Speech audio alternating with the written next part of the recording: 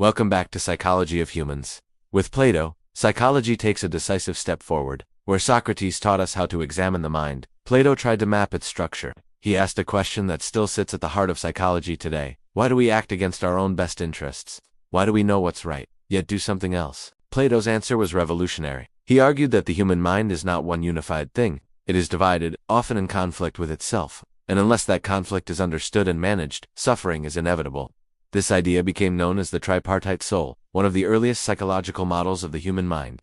The mind is not one voice. Plato believed the psyche is made up of three distinct parts, each with its own motivations, desires, and way of seeing the world. These parts are reason, spirit, and appetite. Psychologically, this was a breakthrough. Plato recognized that humans are internally conflicted not because they are weak, but because different systems inside the mind want different things. This insight appears everywhere in modern psychology. 1. Reason. The thinking mind, reason, is the rational part of the psyche. It seeks truth, understanding, logic, and long-term outcomes. Reason asks, is this true? Is this wise? What are the consequences? What leads to a good life? For Plato, reason is the part of us capable of seeing reality clearly. It is calm, reflective, and oriented toward meaning rather than pleasure. In modern terms, this maps onto executive function, rational thinking, cognitive control, long-term planning, and moral reasoning. Plato believed reason should govern the mind, not by force, but by insight. 2. Spirit, the emotional will. The second part of the psyche is spirit, what Plato called thumos.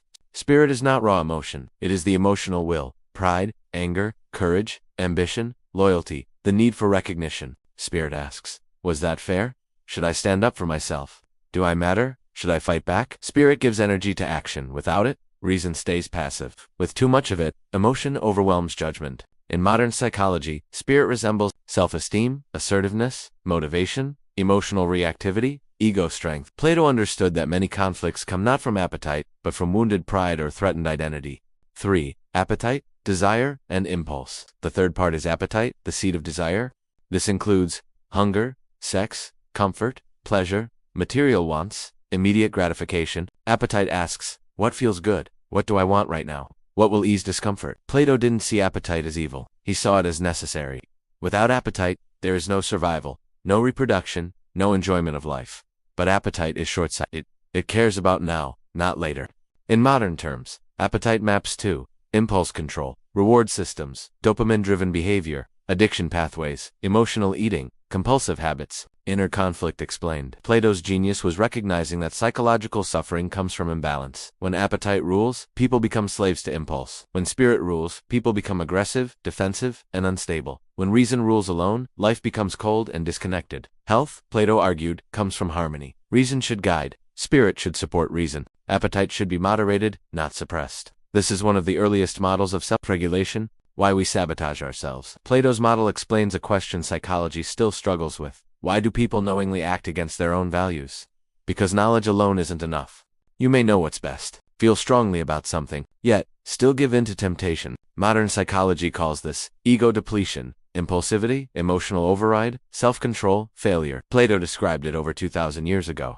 The chariot metaphor. Plato illustrated his theory with a powerful image. Imagine the soul as a chariot. The charioteer is reason. One horse is spirit, strong and noble. The other horse is appetite, powerful but unruly. If reason cannot control the horses, the chariot crashes. This metaphor is still used today to explain emotional regulation, impulse control, identity conflict, internal family systems. It shows that the mind must coordinate, not dominate. Plato and modern psychology. Plato's tripartite model echoes through psychology. Dual process theories, fast versus slow thinking, CBT's emotion-thought-behavior triangle. Self-determination theory, modern addiction science. Different language, same insight. The mind is plural. Applying Plato today, Plato offers a practical psychological lesson. When you feel conflicted, ask, which part of me is speaking? Is this impulse, emotion, or reason? Is my anger protecting me or controlling me? Is my desire serving me or hijacking me? Mental health improves when you identify the voice, not when you silence it. Plato didn't teach repression, he taught integration. Final thought. Plato showed us that inner conflict is not a flaw, it's human nature. You are not broken because you feel torn, you are human because you are divided. The goal is not to eliminate desire or emotion, but to bring the mind into harmony. A good life is not one without conflict, it is one guided by understanding. Thanks for watching Psychology of Humans.